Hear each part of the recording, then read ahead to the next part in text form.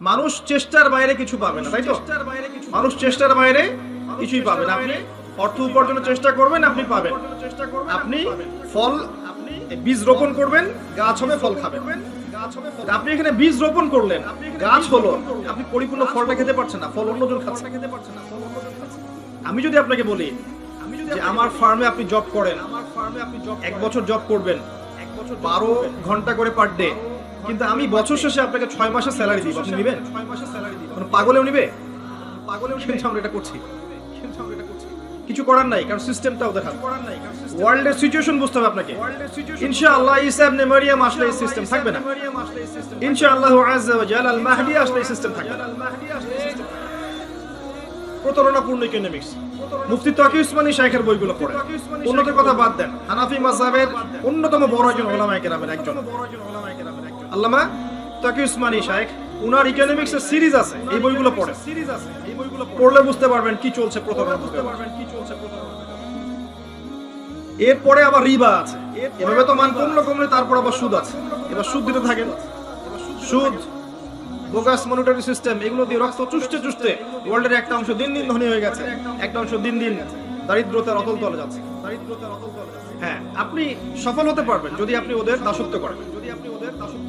এই সিস্টেমের মধ্যে থেকেও সফল হওয়া যাবে যদি ওদের দাসত্ব করা যায়। ওরা যা বলবে শুধু বলবেন ইয়েস স্যার, সামি'না ওয়া আতা'না, সমস্যা হবে না ইনশাআল্লাহ। কিন্তু যদি ওদের অন্যায়গুলোর প্রতিবাদ করতে যান, তখন দেখবেন বাঁকা চোখে দেখবে। এখন আমাদের দেশকেও তো বাঁকা চোখে দেখছে, দেখছে না? আমাদের দেশের প্রশাসনকে পর্যন্ত নিষেধাজ্ঞা দিয়ে দিচ্ছে না? আগে যখন বলেছিলাম আমাকেই বলেছিল যে ভালো, এখন বুঝেন যাদের কথা বলেছি এদের চরিত্র এরকমই। এরা এদিকেও চোখ রেখেছে, আমাদের দেশের দিকেও খারাপ চোখ রেখেছে। শত্রুকে চিনতে হবে। আল্লাহ পাক বলেছেন লা তাত্তাখিযুল ইয়াহুদা ওয়ান নাসারা আউলিয়া বা'দুহুম আউলিয়াউ বা'দ, এমন সব জিউস এবং খ্রিস্টানদেরকে বন্ধুরূপে গ্রহণ করো না যারা একে অপরের বন্ধু। ইয়াতাওয়াল্লাহুম মিনকুম ফাইন্নাহুম মিনহুম, তোমাদের মধ্যে কেউ যদি ওদের দিকে মুখ ফেরায় সে ওদের অন্তর্ভুক্ত, আমাদেরকে। তো এখন দেখেন এদিকেও চোখ দিচ্ছে, রিজার্ভ ব্যাংকের টাকা সরিয়ে দিতে বলছে, দেখেছেন? টাকা সরাতে বলছে, কি জন্য? ভালো নজর নেই। ওরা কখনোই তাওহীদ পন্থীদেরকে সহ্য করতে পারবে না। ওরা কখনোই রাসূলুল্লাহ সাল্লাল্লাহু আলাইহি ওয়াসাল্লামের সুন্নাহ যারা ভালোবাসে এদেরকে সহ্য করতে পারবে না। আল্লাহ পাক ওই খাসলত দিয়ে ওদেরকে সৃষ্টি করেননি। They want to rule the world, তারা সারা ওয়ার্ল্ডকে শাসন করতে চায়। দেখবেন চায়না এবং রাশিয়া, এরা ওদের ধার ধারে না, ধারে? চায়না রাশিয়া ধার ধারে। উচিত আমাদের এখনো উচিত। অনেকে বলবেন যে ওরা তো মুসলিম কান্ট্রি না, আপনি হয় কি বলছেন এগুলো। আমি ডিপ্লোম্যাটিক্যালি বলছি, ডিপ্লোম্যাটিক্যালি আমাদের এখনো উচিত চায়না রাশিয়ার দিকেই ঝোঁকা এবং তাদের সাথে অ্যালায়েন্স তৈরি করা, ফ্রন্ট তৈরি করা। যখন পরাশক্তি লড়বে, কোন একটা পরাশক্তির পক্ষে যাবেই উন্নয়নশীল কান্ট্রিগুলো। চায়না রাশিয়া এখন বেস্ট অপশন। এবং সারা ওয়ার্ল্ডকে এই ইকোনমি রুল করে ফেলছে এখন চায়না। সব জায়গায় দেখবেন চাইনিজ প্রোডাক্ট। যদিও ওরা ইসলামিক কান্ট্রি নয়, কিন্তু অনেক সময় ওয়ার্ল্ড ডিপ্লোমেসির খাতিরে এমন কিছু মানুষের সাথেও সখ্যতা, বন্ধুত্ব রাখতে হয় যাদের সাথে রাখলে অপর খারাপ পরাশক্তি আমার কিছু করতে পারে। আর এই কথাটা অন্য কান্ট্রি বুঝে ফেলছে, ইরান বুঝে ফেলছে। ইরানের মতো দেশ যাদেরকে এখন নাম শুনলে বলে রাশিয়া, তাই না? বলে যে ওরা তো শিয়া দেশ। শিয়া হওয়ার পরেও তারা ওয়ার্ল্ড ডিপ্লোমেসি বেটার বুঝেছে অনেক সুন্নি কান্ট্রি চাইতে, অনেক নামধারী সুন্নি দেশের চাইতে। শিয়া উদ্দেশিত দেশ হওয়া সত্ত্বেও ওয়ার্ল্ড অ্যাফেয়ার্স তারা বেশি বুঝেছে। তারা এই দিকে না ঝুঁকে ওই দিকে ঝুঁকেছে। বুঝতে হবে আপনি কোথায় বাস করছেন। এটা হচ্ছে এখনকার ওয়ার্ল্ড। প্রত্যেকটা বিষয় ওখানে ডিল করা হচ্ছে এবং এই সব ঘটতেই দেখবেন একটা রাষ্ট্র আস্তে আস্তে উন্নতি এবং আস্তে আস্তে মুসলিমদের উপর ডমিনেট করছে। নাম কি? ইসরায়েল। সারা ওয়ার্ল্ডই জানে যে সে জালেম, সারা ওয়ার্ল্ড জানে সে জালেম, সারা বিশ্ব জানে সে জালেম। তারপরেও আরব কান্ট্রিগুলোর কলিজার উপর বসে সে সারা ওয়ার্ল্ডের মধ্যে আরবের তেল নিয়ন্ত্রণ থেকে শুরু করে, পেট্রো ডলার নিয়ন্ত্রণ থেকে শুরু করে, ইকোনমি, ফাইন্যান্স, মনিটরি সিস্টেম, আপনার এই যে কি বলবো সামরিক বিষয়গুলো, অস্ত্রশস্ত্র, মিডিয়া, প্রযুক্তি, সবকিছু ওর নখদর করে নিয়ে এসেছে। মাত্র 70 বছরের ব্যবধান। এই যে 1914 সাল থেকে 2022 এই 100 বছর, আর ধরে নেন 1947 সাল থেকে এই 2021 এই সাল পর্যন্ত এইটুক সময়ের মধ্যে এই রাইজ করেছে এবং এই রাইজিংটা সে বিগত 2000 বছর ধরে করতে পারেনি। বিগত 2000 বছর ধরে এরা বিশ্বের আনাচে কানাচে ঘুরেছে, কোনো দেশ ছিল না, থাকার জায়গা ছিল না, কোথায় বসবে খাবে এই জায়গা ছিল না। তারা আজকে এই মুসলিমদের কলিজের উপর দাঁড়িয়ে কাজ করেছে। আর তখন আমরা কি করছিলাম? আমরা জিলাপি খাচ্ছিলাম, রোমা খাচ্ছিলাম, মিলাদ করছিলাম, কবরে সেজদা করছিলাম, মাদারে সেজদা করছিলাম। আমরা তখন আপোষে ইখতিলাফ, হানাফি, আহলে সালাফি, তোমার হাত বাঁধা নাভির উপরে আমার নিচে রফুল ইয়াদান করা না করা, পায়ে পা লাগানো না, এগুলো নিয়ে ব্যস্ত ছিলাম। এগুলোর দিকে ফোকাস না করে অভ্যন্তরীণ ক্রন্দনে লিপ্ত থাকলে এখানে নবীর শান নষ্ট হয়নি। চোখের সামনে এদের উত্থান যখন হলো, আর আমরা যখন আপোষে এভাবে বিভক্ত ছিলাম, ইখতিলাফে ব্যস্ত ছিলাম, আলু রুটি সামাই খাচ্ছিলাম, তখন নবীর শান নষ্ট হয়নি। সুবহানাল্লাহ। আপনাকে সিচুয়েশন বুঝতে হবে। এখন এই সিচুয়েশনটা রিড করতে হলে বাহ্যিক চোখ দিয়ে দেখলে আপনি সব বুঝতে পারবেন। কিভাবে বুঝতে পারবেন? আপনাকে খিজির আলাইহিস সালাম হতে হবে। কে খিজির? সূরা কাহফ খুলেন। নবী মুসা এবং খিজির আলাইহিস সালাম, আলাইহিমাস সালাম, তাদের একটা গল্প আছে না? কয়জন পড়ছে সূরা কাহফ? হাত তুলেন। যেই সূরা আপনাকে মাসিহুদ দাজ্জাল থেকে বাঁচাবে, এই সূরা পড়েছেন 10% মানুষ। দাজ্জালের ফিতনা থেকে বাঁচবেন কিভাবে? আল্লাহর নবী বলেছেন সাল্লাল্লাহু আলাইহি ওয়াসাল্লাম, এই সূরা আপনাকে মাসিহুদ দাজ্জালের ফিতনা থেকেও বাঁচাবে। তাই বলেননি? জুমার দিনে পড়তে বলেছেন, প্রথম 10 আয়াত মুখস্থ করতে বলেছেন। এই সূরার মধ্যে এমন কিছু আছে যা আপনাকে দাজ্জালীয় ফিতনাগুলো চিনতে শেখাবে এবং আপনাকে বিরত থাকার পথ পদ্ধতি বলে দিবে। যদি নাই পড়েন, নাই বোঝেন, কেমন করে শিখবেন? এখানে বসেন তো ভাই, প্লিজ বসেন। নবী মুসা আলাইহিস সালাম আর খিদির আলাইহিস সালামের ঘটনা আছে না? মুসা আলাইহিস সালাম বলেছিলেন যে আমি বিশ্বের সবচেয়ে জ্ঞানী মানুষ। আল্লাহ পাক ধরেছেন, না তুমি জ্ঞানী মানুষ নও সবচেয়ে। আরেকজন বান্দা আছে আমার, সে তোমার চেয়ে বেশি জানে। তার নাম খিদির। খিদির মানে শ্যামল। তিনি যেখানে বসতেন সেই জায়গা সবুজ হয়ে বসতেন। মুসা আলাইহিস সালাম বললেন যে আমি তার সাথে মিট করতে চাই, জ্ঞান শিখতে চাই। আল্লাহ পাক বললেন একটা মাছ নাও, এই যে থলির মধ্যে রাখো, সফর করতে থাকো। মাজমাউল বাহরাইন, দুই সাগরের মিলনস্থলে তুমি তাকে পাবে। যখন দেখবে মাছটা জীবিত হয়ে সাগরে চলে গেছে, তখন সেখানে তুমি ওকে পাবে। সফর করতে থাকলেন, এক পর্যায়ে পেলেন। পাওয়ার পরে বললেন আমি আপনার কাছে জ্ঞান শিখতে চাই। তো খিদির আলাইহিস সালাম বললেন ইন্নাকা লান তাসতাতিআ মাইয়া সাবরা, তুমি আমার কাছে ধৈর্য ধরতে পারবে না, তুমি আমার সাথে ধৈর্য ধরতে পারবে না। মুসা আলাইহিস সালাম বললেন ইনশাআল্লাহ আমি ধৈর্য ধরব। ইনশাআল্লাহর বরকতে তাকে সাথে নেওয়া হলো। সফর করতে থাকলেন। তিনটা ঘটনা ঘটল। কি ঘটনা? একবার ওই নৌকা ফুটা করে দিলেন, মনে আছে? অনেকে মাথা নাড়ছেন, কেউ নাড়ছেন না। মনে আছে? নৌকা চলে গেলেন, মাঝি নৌকা পার করলো, ফ্রি অফ কস্ট, টাকা নিলেন না, কিন্তু নৌকা খিদির আলাইহিস সালাম ফুটা করে ফেললেন। অপরাধ না? বাহ্যিক চোখ দিয়ে কি মনে হচ্ছে? অপরাধ। এবার একটা বাচ্চার সাথে দেখা হলো, গোলাম, ছোট বাচ্চা, তিনি ধরলেন, হত্যা করলেন, জবাই করে ফেললেন। অপরাধ না? বিশাল অপরাধ। এরপর একটা গ্রামে গেলেন, মেহমানদারি চাইলেন, খাবার পানি কিচ্ছু দিল না। খিদির আলাইহিস সালাম সেখান থেকে চলে আসার আগে ওই বাড়িরই একটা দেয়াল পড়ে গিয়েছিল, সেই দেয়ালটাকে নিজের মেহনত দিয়ে তৈরি করে দিলেন। মুসা আলাইহিস সালাম বললেন যারা খাবারও দিল না, পানিও দিল না, আপনি উল্টা তাদের দেয়াল নির্মাণ করে দিলেন, কিছু পারিশ্রমিক তো নিতে পারতেন। এই তিনবার তিনি ভেটো দিয়েছেন। তৃতীয় প্রশ্ন করার পরেই খিদির আলাইহিস সালাম বলেছেন যে হাদা ফিরাকু বাইনি ওয়া বাইনাক, তোমার সাথে আমার একটা ফেরাক, আর তোমার সাথে আমার চলা হলো না। যদি মুসা আলাইহিস সালাম সেদিন প্রশ্নগুলো না করতেন, তাহলে আরো অনেক কিছু শেখা যেত। যাই হোক, ফেরাকের আগে তিনি বললেন যে আমি তোমাকে জানিয়ে দেব কি কারণে আমি এই কাজগুলো করেছি। যে নৌকাটা ফুটা করেছি এটা এই কারণে করেছি যে ওই নৌকার পিছনে একটা জলদস্যু ছিল। যদি নৌকাটা ভালো থাকতো তাহলে তারা নৌকাটা হাইজ্যাক করে ফেলতো। আমি ফুটা করে দিয়েছি যাতে করে নৌকাটা হাইজ্যাক না করে। কথা বুঝতে পারছেন? বাচ্চাটাকে হত্যা করেছি আমি নিজের ইচ্ছায় করিনি, আল্লাহর হুকুমে করেছি। আল্লাহ পাক বলেছেন এই বাচ্চা যদি বড় হয় তাহলে অনেক বড় কাফের হবে এবং পিতা মাতাকেও কুফরিতে নিয়ে আসবে। এই কারণে আমি এটাকে হত্যা করেছি। আর ওই যে দেয়ালটা নির্মাণ করেছি, ওই দেয়ালটা ছিল ওই বাড়ির ইয়েতিম 2 বাচ্চার পৈতৃক সম্পত্তি রেখে যাওয়া দেয়াল। মানে এই দেয়ালের নিচে পৈতৃক সম্পত্তি আছে ওদের, গুপ্তধন। যদি আমি নির্মাণ না করতাম অন্য মানুষ নিয়ে যেত। নির্মাণ করেছি যাতে এই 2টা এতিম বাচ্চা বড় হয়ে এটা পায়। আপাত বাহ্যিক চোখ দিয়ে তোমার কাছে মনে হয়েছে 3টা কাজ খারাপ, তাই না? অন্যায় করেছেন, নৌকা ফুটা করেছেন, বাচ্চা হত্যা করেছেন, দেয়াল নির্মাণ করে পারিশ্রমিক ছাড়াই, অন্যায়। তুমি ধৈর্য ধরতে পারো নাই, কিন্তু প্রকৃত অর্থে এই 3টা কাজ কিন্তু অন্যায় ছিল না। এর পিছনে একটা ভ্যালিড কারণ ছিল। তাই বাহ্যিক চোখ দিয়ে যদি আপনি বিশ্বকে দেখেন, উম্মাহকে দেখেন, অর্থনীতি দেখেন, রাজনীতি দেখেন, আপনি বুঝতে পারবেন না সত্য কোনটা মিথ্যা কোনটা। ভিতরের চোখ দিয়ে আপনাকে দেখতে হবে, কোনটা সত্য কোনটা মিথ্যা, কোনটা হক কোনটা বাতিল, কোনটা ন্যায় কোনটা অন্যায়, কোনটা আসলেই হচ্ছে কোনটা হচ্ছে না। এখন এই মনের চোখ খোলার জন্য পদ্ধতি কি? একটা কথা বললাম আগেই, পরকালকে বেশি স্মরণ করে, তাওহীদে থাকেন, সুন্নতে থাকেন, হালাল খান, বেশি বেশি কোরআন তেলাওয়াত করেন, জিকির আজকার বাড়িয়ে দেন, মৌতের স্মরণ বাড়িয়ে দেন, আল্লাহর কাছে নূর চান, আল্লাহ আমাকে নূর দেন।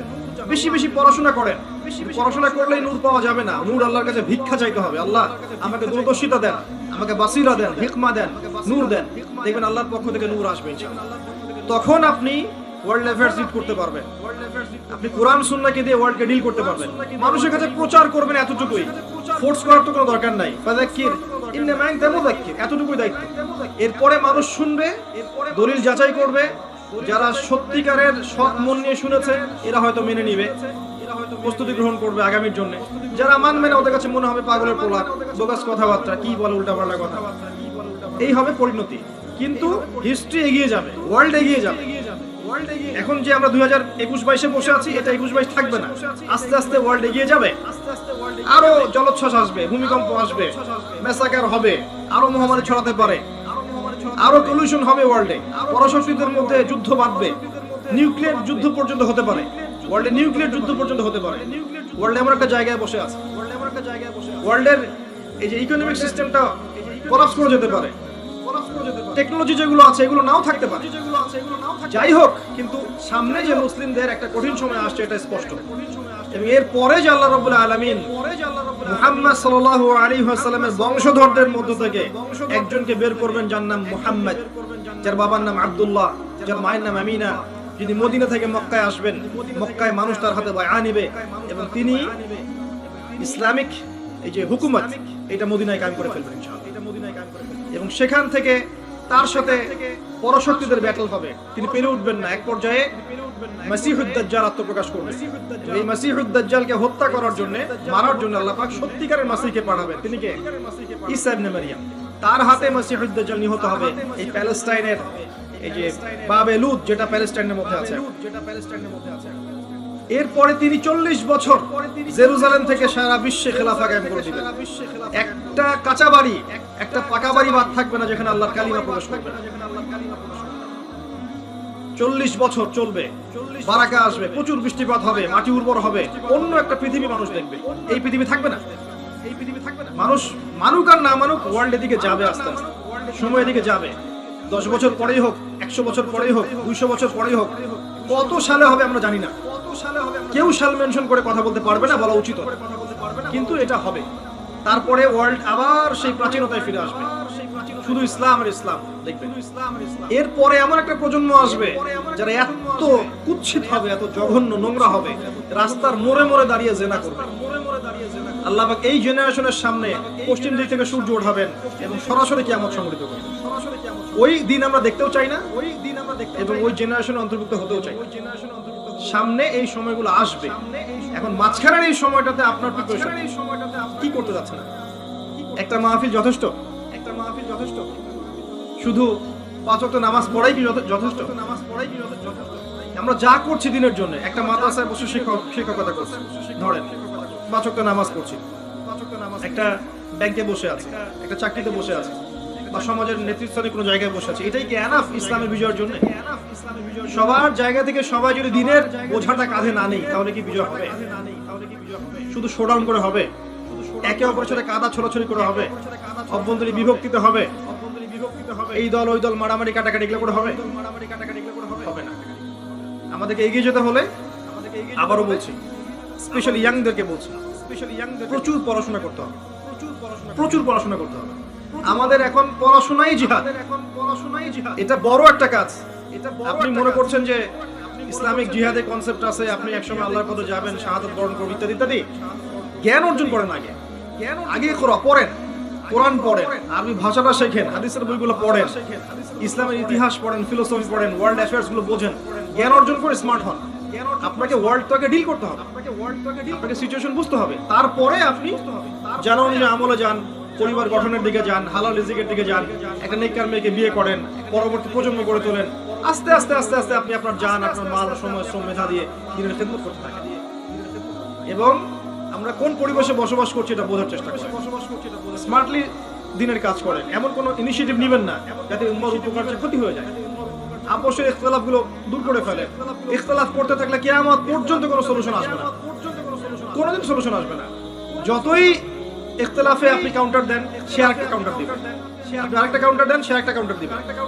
বিশ্বাস করেন, শুধু এই কারণেই, শুধু এই কথা চিন্তা করেই আমার জীবনে আমি এমন অনেক ক্ষেত্রে চুপ থেকেছি যেখানে আমি 10টা লাইন বলতে পারতাম, ইচ্ছা করে আমি চুপ থেকেছি। কারণ আমি যদি 10 লাইন বলি, আরেকজন 20 লাইন বলি, সে যদি 20 লাইন বলে, আমি আরো 10টা লাইন বলতে যাই, সে আরো 30 লাইন বলতে। এই সিলসিলা চলতে থাকলে সলিউশন কখনো আসবে না। মান সামাতা নাজা। আপনি যদি হকপন্থী হয়ে থাকেন, আল্লাহর কবুলিয়ত আপনার কাছে থেকে থাকে, আপনি সৎ হন এবং আপনি ইনোসেন্ট, আপনি অন্যায় করেন নাই, দেখবেন আল্লাহ আপনাকে কবুল করে নেবেন। বাতিল ধুলোর মতো উড়ে যাবে, আল্লাহর ওয়াস্তে আমরা আপোষে ভাই ভাই হয়ে যাই, সবাইকে ভাই মনে করতে শিখেন। আমরা যারা আছি, যে কোনো মাযহাবে হোক না কেন, যে কোনো তরিকা হোক না কেন, যে কোনো আলেমের সোহবতে থাকুক না কেন, সবাই আমরা মুসলিম ভাই। সবার ভালোটুকু নিয়ে নেন, খোলা মনে ভালোটা রিসিভ করে নেন। আর সবার বিতর্কিত বিষয় যেগুলো আছে এগুলোকে বাদ দিয়ে দেন, ছেড়ে দেন। সরকারের নসিহতকামী হন, কল্যাণকামী হন। যারা বিভিন্ন লেভেলে কাজ করছে, প্রশাসনে, সামাজিক সেক্টরে, উপরের লেভেলে, ব্যাংকে, কল্যাণকামী হন, নসিহতকামী হন। শত্রুতা পোষণ করে তাদেরকে আপনি দ্বীনের পথে আনতে পারবেন না। মূসা আলাইহিস সালামকে আল্লাহ পাক বলেছেন, ফিরআউনের কাছে যাও, ইযহাবা ইলা ফিরআউনা ইন্নাহু তাগা ফাকুলা লাহু কাওলান লায়্যিনা। ফিরআউনের মতো কাফেরের কাছে গিয়ে ইসলামের দাওয়াত দাও, কিন্তু তার সাথে নরম ভাষায় কথা বলো। উগ্রতা দিয়ে, বোমাবাজি করে, আপনার সন্ত্রাসবাদ ছড়িয়ে, বা ওই যে আইসিস এর মতো আমেরিকান এজেন্ট হয়ে আপনি কখনো ইসলাম ত্যাগ করতে পারবেন না। মধ্যমপন্থী থাকুন, শৈথিল্যবাদী হবেন না, উগ্রপন্থী হবেন না। সমাজের প্রত্যেক সেক্টরের মানুষের জন্য নসিহতকামী হন, কল্যাণকামী হন। মাউইযাতুল হাসানা দিয়ে, আকীদা আমল সংশোধনের মধ্য দিয়ে সবার কল্যাণকামী হয়ে দিনের পথে নিয়ে আসুন। ইনশাআল্লাহ দেখবেন এক পর্যায়ে একটা ইউনাইটেড মুসলিম উম্মাহ গড়ে উঠবে।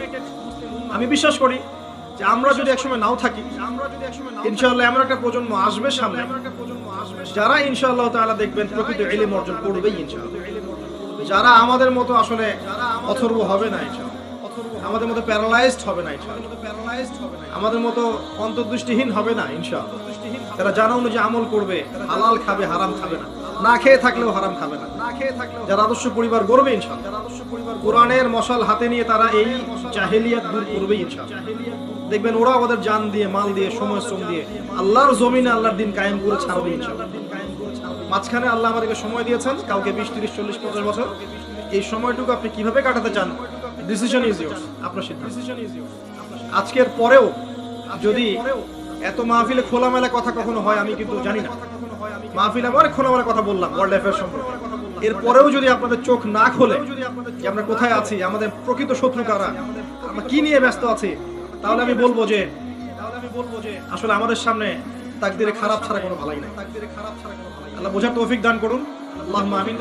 ইয়াং জেনারেশনের প্রতি স্পেশাল নসিহত করব যে আজকের দিন থেকে, ফ্রম নাও অন আপনি তওবা করে আল্লাহর পথে ফিরে আসুন। আমার সাথে এখনই তওবা পড়েন, বলেন আস্তাগফিরুল্লাহ আল্লাযী লা ইলাহা ইল্লা হুয়াল হাইয়ুল কাইয়্যুম ওয়া আতুবু ইলাইহি। আস্তাগফিরুল্লাহ আল্লাযী لا إله إلا هو الحي القيوم وأتوب إليه. أستغفر الله الذي لا إله إلا هو الحي القيوم وأتوب إليه. দুইটা প্রজন্ম ইসলামের ভবিষ্যৎ, একটা হচ্ছে আমাদের ইয়াং জেনারেশন, একটা হচ্ছে আমাদের পরবর্তী প্রজন্ম। এবং ইয়াংদের মধ্যে আমাদের বোনেরাও আছেন, তারা ইনক্লুডেড। এদের দ্বারা ইসলামের যে খেদমত সম্ভব, এখন যারা বার্ধক্যে চলে গেছেন তাদের দ্বারা কিন্তু সম্ভব নয়। ইয়াং জেনারেশনের প্রতি নাসিহাত প্রথম হচ্ছে তওবা করে ফিরে আসেন, তওবা করে ফিরে আসেন, 5 ওয়াক্ত সালাতি হয়ে যান, 5 ওয়াক্ত সালাতি হয়ে যান। আপনার জীবনটাকে, সময়টাকে, যৌবনটাকে আল্লাহর জন্য ওয়াকফ করে দেন, আল্লাহর জন্য ওয়াকফ করে দেন। আমি অনেক দিন বলেছি, আবার বলছি, অনলি আল্লাহই আপনাকে ভালোবাসেন, আল্লাহই আপনাকে ভালোবাসেন। আল্লাহ ছাড়া আপনার আপন বলতে কেউ নাই পৃথিবীতে। যখন মুহাম্মদ সাল্লাল্লাহু আলাইহি ওয়াসাল্লাম জীবিত ছিলেন তখন তাকে সবাই আপন মনে করতেন, এখন তিনি আমাদের মধ্যে নাই। তাই কিছু হলে মনের কষ্টে তার কাছে গিয়ে বলতে পারবেন না, ইয়া রাসূলুল্লাহ আমার এই সমস্যা। কেউ নেই আপনাকে সেভাবে বলার মতো, কেউ নেই আপনাকে সান্ত্বনা দিবে না কেউ আপনাকে, আপনার প্রবলেমকে বুঝবেই না।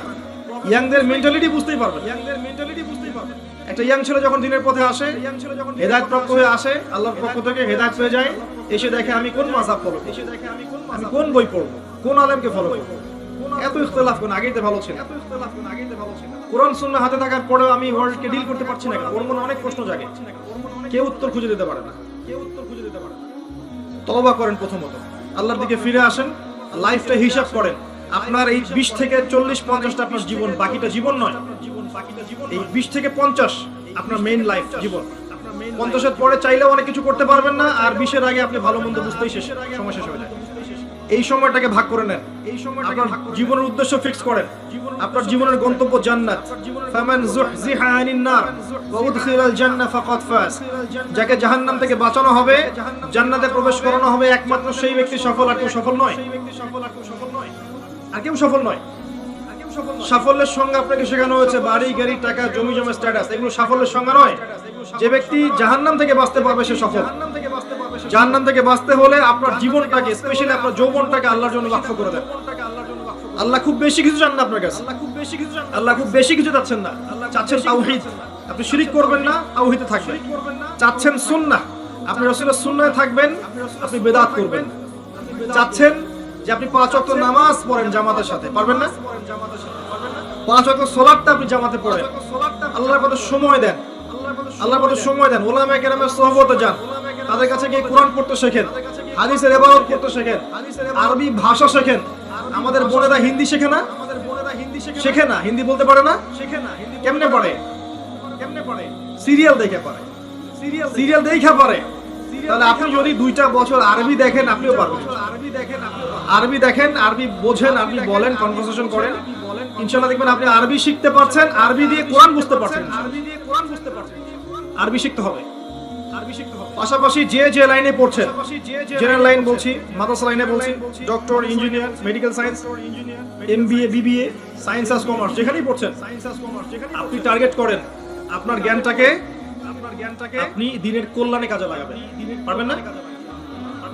একজন ভালো অর্থনীতিবিদ সমাজের খেদমত করতে পারে না, জাতির খেদমত করতে পারে না। একজন ভালো রাজনীতিবিদ জাতির খেদমত করতে পারে না। একজন সৎ নেতা, সমাজের একজন সৎ নেতা, তার দ্বারা সমাজে উপকার হতে পারে না। আবার এই নেতা যদি অসৎ হয় তাহলে সমাজ ক্ষতিগ্রস্ত হবে না। তাহলে মূল বেসটা কি? ইসলামিক।